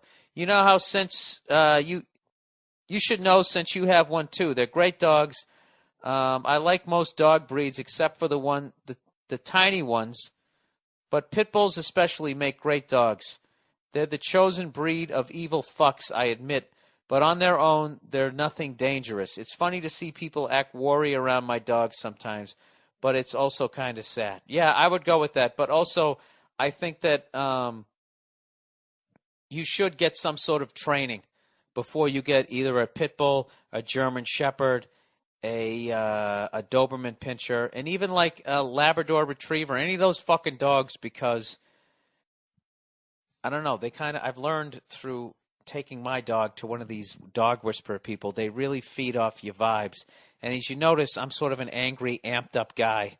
So, I'm not going to get into the fucking details, but I've had to definitely adjust my behavior. My dog's fine now, but it got a little shady there for a second. Overrated, the Disney Channel. As far as I can tell, on passing by this channel sometimes, it's a... Oh, fuck. See, now I'm yawning on the podcast. This is to all you cunts who give me shit every week to do it fucking Sunday night. As far as I can tell, on passing by this channel, it's a preteen porn ring. They take these 12 to 14-year-old girls and dress them slutty and cover them in makeup and then tell them to act twice their age. Jesus. What is with these shows where the kids are fucking 14 and they have problems I didn't have till I was in my 20s? I was a moron when I was 14, and so was everyone else. I didn't do shit with my life then, and neither did anyone. It's disgusting, and it's a farce what they do to these girls. You're making my dick confused thinking I'm looking at a grown woman when I'm not. Thank you. Lead me into temptation. Lead me not into temptation, Disney Channel, and you wonder why there are so many pedophiles. I don't think Disney's the reason why there's so many pedophiles, but I do agree they're subtly making programming for them. I don't even know if that's fucking true. I shouldn't even say that shit, but I will say, like, Calvin Klein, if I was to guess, is 100% pro-pedophile. And I think that he had a meeting at some point and was like, you know what? There's an entire segment of the human population that is not getting their needs taken care of when it comes to advertising, and that is the fucking pedophiles. So with that, let's come up with an ad campaign. Underrated, legendary comedians. Bill, as a comedian yourself, I'm sure you have nothing but respect for legends like Carlin Pryor or Lenny Bruce, but Carlin gets dismissed so often in favor of the hacks they have out there today. For the most part, the only thing most people know about him is that he's the 7 dirty words guy. Really? That's how we honor a 50-year career of a comedy legend with an obscure bit he did in the 70s. I know there was a Supreme Court case over it and whatnot, but it just bothers me to see how many kids today know all about hack comics like, I'm not naming names, and they've never heard of Carlin Pryor, Bruce Hicks, or their work. It's nice that there are comedians out there. Okay, now he's complimenting me, so I can't read that shit. All right. Yeah, I mean, it is what it is. It's one of those deals where, you know, I think I knew who Carlin was when I was a kid because he was at the height of his career when I was coming up in the 70s and the 80s. But I had no idea who Lenny Bruce was until I got into stand-up comedy. I think that's just part of being young. It is annoying. I actually talked to one of my cousins the other day who's in her early 20s, and I mentioned the Kids in the Hall, and both her and her boyfriend had no idea who or what that was. It just, I don't know, it is what it is. Overrated. Beautiful women. I don't mean because they're prone to deception. I mean because some women are too beautiful in this sort of unfuckable kind of way. They're just ruined. A woman has to be at least a little flawed so you feel like you can violate her some. It's hell being with a beautiful woman anyways because you drive yourself crazy thinking everyone wants what you have. It's better to be with someone you learn to find attractive in your own way and no one else can see it. All right. Oh, shit. Okay, here's his opinions. That's a self-esteem issue right there on your part. You know? But I do understand. You know what it is? When a girl is just so... It's not like it's a combination of beautiful and just nice. Like, have you met a girl who's just so beautiful and so nice, and you're so fucked up and twisted that you can't have sex with her? You just can't. You're like, I don't want to fuck you. I want to take you to a movie. You know? And then you meet some skank, and you're like, I'm not taking you to a movie. I want to fucking bend you over the dresser. I believe that's a whore Madonna complex. Am I the only one who feels that way? I'm trying to think of somebody on TV that you can relate to. That's just nice. You know who's borderline is that fucking goofy chick who cooks? Rachel Ray. She's borderline so sort of like nice and innocent that you couldn't, but it's literally that quality that just makes you want to fucking, I don't know. I'm not even going to get involved in it. Oh, Jesus. Let's continue. Underrated. Having a fun job. This one is aimed at you, Bill. You like to bitch about how midgets, insert midgets, morons, stoners, etc., don't want to work often enough. Can I clarify that stoner thing? I made fun of a specific person, a friend of mine who smokes way too much weed, and every stoner out there fucking sent me these emails. Wait, man, what do you got against... Well, I guess because I imitate you like that, but what the fuck? That's the standard voice for you. You find me a pot movie where someone doesn't talk like that, and I'll do a better impression. But that's what everybody says. How come you always coming down with potheads, man? I'm not. I'm coming down on my fucking douchebag friend who all he's done is smoked weed, and it hasn't been a good thing for him. His quote, I like to smoke weed because it turns my life into a movie. All right? You have a problem at that point. Now, all you fucks who like to smoke weed and listen to this shit, I don't give a fuck. I drink. Wouldn't that be hypocritical? And speaking of which, I'm on the wagon again. As of today. I did not drink today, everybody. And I'm going to try to see if I can make it all the way to the Rose Bowl before I fall off the fucking wagon again. Yawning once again. No, I don't know what it is. I just been eating the wrong foods, and I don't know. And every night I've just been doing sets, and I've had 2 Heinekens. And next thing you know, I have this distended white belly, and I'm not liking it, I was just at a party, and I wasn't drinking, but I was leaning up against the counter, and normally it'd be digging into my back, but I had a nice level of padding, from fucking... You know what really screwed me up was when I went to Buffalo. The goddamn buffalo wings were so good there that I have gone on a buffalo wing kick. And I found a couple places out here that have really good buffalo wings. And actually, you want to hear the story? This is what happened. I woke up on Saturday, and I'm getting out Saturday, as they say in Boston. In Boston, when the real hardcore Boston guys, I saw him on Saturday. You just sort of open your mouth. Say, Thursday, Friday, say, Sunday, say. I woke up and I'm thinking, all right, college football. Auburn versus Arkansas. LSU's playing McNeese State. They're giving 39.5 points. Are they going to fucking cover the spread? Who else was playing? Georgia was playing Vanderbilt. I was all fucking psyched. And we're laying in bed. My beautiful girl wakes up, and she said, and she claimed the fucking TV. It's like I'm watching TV. So I immediately got up, acted like I was going to the bathroom, and I walked out. Sat in the living room, and I turned on the fucking TV. And I started watching, who the fuck was playing? I started watching the Auburn-Arkansas game, which was fucking ridiculous. Arkansas ended up scoring like 40-something points, and they still lost by 20. It was absolutely insane. And so she's like, hey, I said I was going to watch TV.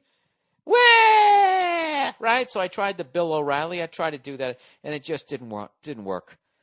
All right, she had a rough week. She wanted to watch her stupid reality shows. So I said, fine. All right? And I grabbed my stereo. One of my stereo speakers was busted, so I took it down to this fucking local guy. This guy's out of his goddamn mind. He actually repairs shit. So I already love the guy. So I go down there. I get that taken care of. What else did I do? I went out. I just fixed some shit. I went out and I bought some stuff. I fixed some shit around the apartment, and I let her watch the shit. And at one point, I was picking up dry cleaning. I was doing all these goddamn chores, and I just saw this fucking this bar, and I knew they had wings. And I was literally going to go in to get dry cleaning. I was parked in the dry cleaner parking lot, and I look across the fucking way, and there's a bar with wings, and I get out like the Manchurian Candidate, like they just turned on my chip, and I walked across the street in the bar. And next thing you know, I'm sitting there. I got a water. I got a Boddington's, and I got a fucking order of a dozen wings. And I'm tearing these fucking things down like I'm in a wings eating contest. Here I am consuming 800 fucking calories or whatever the hell it was. 1,200 goddamn calories for no fucking reason. Because I don't want to bother my girl because she's watching her fucking shows. So I do all this shit. I end up stumbling out of there, and then I finally go over to get the goddamn dry cleaning. And I come back, right? And during that time, a buddy of mine texts me, said, hey, I'm in L.A., are you watching the Ohio State game? I said, well, it's going to be on TV. Why don't you come by? I figured because my girl had watched 3 hours of fucking... I have to whisper this part because she's going to get mad. I figured because she watched 3 hours of fucking TV that I could actually have a friend over. But like a douche, rather than saying, hey, you know, you watch TV for 3 hours, so I'm going to have a buddy of mine over here now, and we're going to watch the Ohio State-Wisconsin game, I actually gave her the benefit of the doubt that she was going to be courteous. And I said, hey, a friend of mine's coming over to watch the Ohio State game. You know, we can either watch it here or would you rather us watch it out at a bar? You know, because I thought she was going to be like, well, you know, I hogged the TV for 3 hours. You know, why don't you watch it here and I'll leave you guys alone? She didn't. She goes, yeah, go watch it at a sports bar. So then I was pissed. You know, like when you have like one slice of pizza left and you offer it to somebody going, hey, do you want this slice of pizza even though you want it? Because you're thinking they're going to go, no, that's okay, because that's what you would say. And you go, hey, would you like this slice of pizza? And they go, actually, I would. And then they start eating it. Then you're sitting there, you're fucking mad at them when you should be mad at yourself. Well, like an asshole, I got mad at her. Right? And we had time to do a quick workout. I just ate some fucking wings. She wanted to go on a hike. So we start to go on this hike. And I just start going on this rant about the stupid whore TV shows that she fucking watches. And we got about a third into the hike, and she was like a wide receiver just breaking off her fucking pattern. She just made a right down. We were supposed to be walking straight. She broke off and made a right and started walking down a side street. And I didn't even give a fuck. And I continued my own way, and we both were hiking separately. You know? Broke off the whole fucking thing. We ended up getting this huge goddamn argument. Before my friend came over, and then there was that whole thing like, fuck, now I got to patch it up before he comes over so he doesn't feel the tension that we've been fucking arguing. And not only are we arguing, we're arguing about fucking him coming over. So I smoothed it over. She came back. I said, look, I fucking overreacted. Yada, yada, yada. Did I even have a fucking ending? I don't give a fuck. I'm just going to keep saying it's because it's Sunday. I'm going to read one more fucking email, and I'm just going to tap out of this awful fucking podcast. What was the point of that? Can anybody even remember? Where the fuck was I even go? I started talking about eating wings and being out of shape, and then the end of it, I told a fucking half-ass story about getting into an argument. Now I can't even sign into my fucking... This podcast is literally just unraveling. I don't even drink today. The fuck is my podcast? Hey, here's a YouTube video of the week. If you guys are like, if you play drums and you want to see a guy who actually can kind of make his drums and the way he plays sound like John Bonham, this guy does a great job. Look up John Bonham Swing Feel, F-E-E-L, and tell me the guy playing drums does not look like, was it Ogre? What was the name of the fucking psycho in Revenge of the Nerds? Tell me that's not him. But hang on a second. I gotta get back here because I wanted to read something about douchebag sports fans, and then I'm going to end the podcast for this week. This one really sucked, but I got to admit the last couple of weeks were pretty good. But this one was not good. In the annals of Bill Burr podcast, you know, this one will not make it to repeats. If this ever goes into syndication. Somebody sent me a great fucking email. Oh, I know why, because I had it on this page. About sports fans, right? I'll tell you what, as I'm searching for this fucking thing that I can't find anymore, goddamn cunt, Here we go. Here's some YouTube videos. Out Cold, Reason to Kill. All of these are on the MM podcast because some of these are actually from break.com. And so rather than have to jump around websites, if you want to watch all these, Out Cold, Reason to Kill.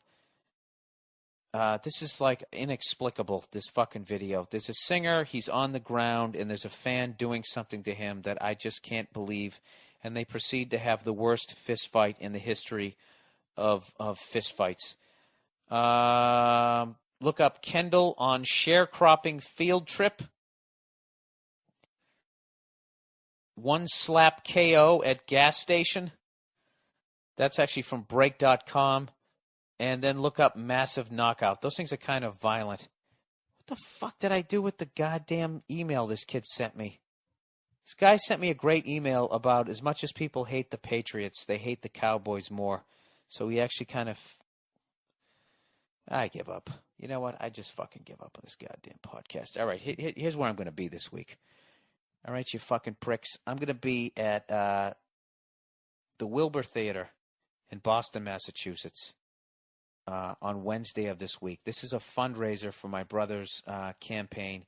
He's running for state senate in Massachusetts. Not to be in the United States Senate representing Massachusetts, but I guess they have a different kind of senator just in Massachusetts. I'm too fucking dumb. So whatever. I'm going to do a comedy show at the Wilbur Theater. It's my brand new hour of material. All proceeds will go to my brother's campaign to try to help him get elected. So come on down, even if you're not in his district, which I don't even know what the fuck it is. Come on down, and I'm going to be telling a lot of family stories and trying to walk that line so I don't offend too many people because it is kind of a political thing. And later on this week, I will be at the Pantages Theater in Minneapolis, Minnesota on October 22nd. And the wonderful, talented teen idol sensation from the Opie and Anthony show, Joe DeRosa, will be opening for me. And then the following day, we're going to be at the Vic Theater in Chicago, Illinois, October 23rd. That show, from what I've heard, is actually sold out. And I think the one in Minneapolis is coming damn close. So I'm going to thank you guys for the ridiculous amount of support that you've given me. And I'm going to give you a fucking hell of a show when you come down there. And I think that's it. I think that's it for the podcast this week. It was one of the lamest ones I think I've ever done. Let me see if I can just somehow pull out of it. Do I got anything? This thing this guy sent me, robots are stealing jobs. Robots are stealing American jobs, according to MIT economist. Forget the recession, immigration, and the mortgage industry collapse. Well, okay, why? How can you forget all of those? Okay, this is already a ridiculous article, but I think there is a point to be made here. When it comes to the loss of American jobs, robots are to blame. And you know what's hilarious? They got a picture of a robot with fucking arms folding a goddamn sweater. That's the conclusion of economists. Do you understand in the future that when you have a robot, not only can it fold the sweaters at the Gap, it can also be security? You know, didn't you guys see RoboCop? Can't you see what the fuck is going to happen? All you morons who are using these automated checkout machines, just helping these fucking guys. Do you think these corporations are beyond leading you to a shallow mass grave when they don't need you anymore? When they figure out how to make a robot that can actually work for free and you can actually fuck it and it feels like a human being. When those two things come together, like when they drove that golden spike in, when they made the railroads connect, I'm telling you, that's the end of it for you and for me. Huh? Be honest with yourself. Are you inventing anything? What do you do for a living? You think you're not replaceable? You don't think they could have a robot? They just fucking upload every goddamn routine of all time, and you can just have like a computer screen, topics, political, absurd, hacky, women, men and women, dogs and cats, all that type of shit. Or just have it do a Richard Pryor bit and have it move around like Richard. And they have a red fucking shirt on like that great special he did. We're all fucking replaceable. All right? Why are you going to help him out? Anyways, they say that's the conclusion of economists who've studied labor statistics and increasing job polarization, a growing disparity in the pay among low and high skilled jobs. A handful of studies from the spring and summer have picked up steam in recent weeks, and they raise some interesting questions about the economy in the days leading up to Election Day. By the way, how great have I become reading out loud? This is fucking amazing. Now that I've said it, let's see if I'm in my head and I fuck up. Manufacturing is still strong in this country. It's just that robots, not humans, are the ones manning the factories. If automation is the future of manufacturing and medicine and other fields, less educated Americans could be left in the dust. I got to be honest with you. With the way they just worded that, I don't know where I stand on that. I definitely think the world is overpopulated. See, this enters like that fucking Hitler shit. You're going to have to start deciding who gets to live and who doesn't. Ah, Jesus. Oh, Jesus. So, I don't know. I actually took my fucking speakers, right? I found this guy down the goddamn street. Somehow I'm going to stretch this into an hour. I got another 2 minutes. I found this guy down the street who I had, you know the thing you stick your iPod on? And it's got the speakers and that type of shit. Well, that thing broke one day, and it just doesn't work. So Nia's just like, well, we'll just throw it out. And I go, no, I want to get it fixed. And she's like, oh. She literally gets like upset. And I'm like, there's probably just a fucking wire or something. I just don't understand electronics. You could just open it up. You could fix it. And I find this fucking guy. The first thing I did was had these old speakers that I hook up to my laptop. And so I go, all right, I don't give a fuck about these. I'm going to take them down to this guy. I'm going to figure out if this guy is any good or anything. And the guy fixes them. They're fucking phenomenal. So what I'm doing is I'm gradually bringing this guy more expensive shit.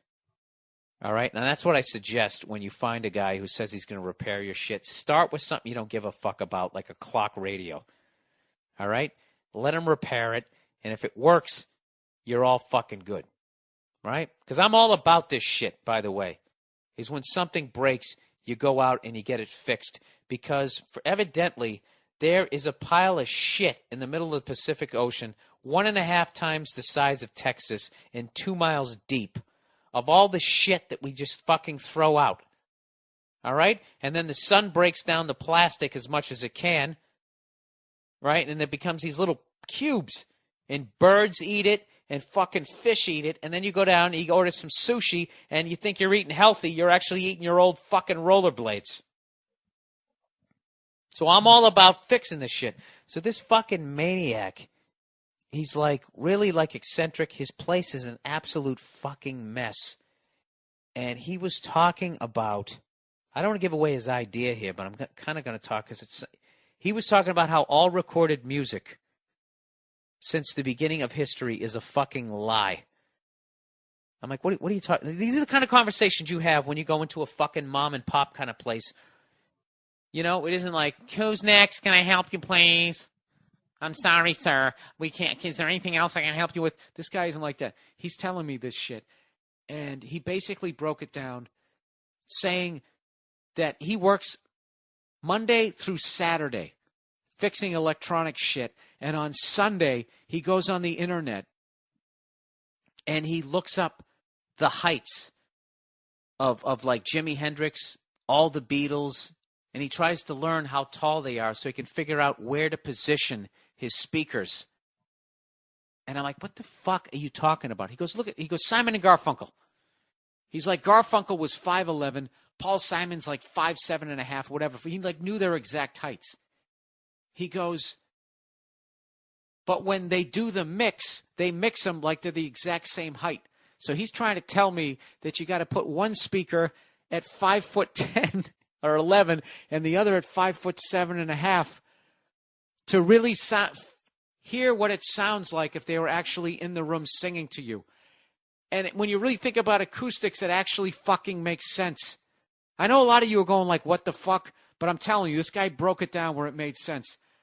Because think about it. Like if I was sitting down, if your ears were good enough, if you heard a recording of me sitting down, or if you sitting in a room with your eyes closed, you could tell if I was sitting down or standing up in the room because of the way the sound was hitting you. But when they record the shit, they level everything out. Like the drums don't sound like they were behind the piano player or off to the left. I guess everything sounds, I'm too stupid to explain this shit.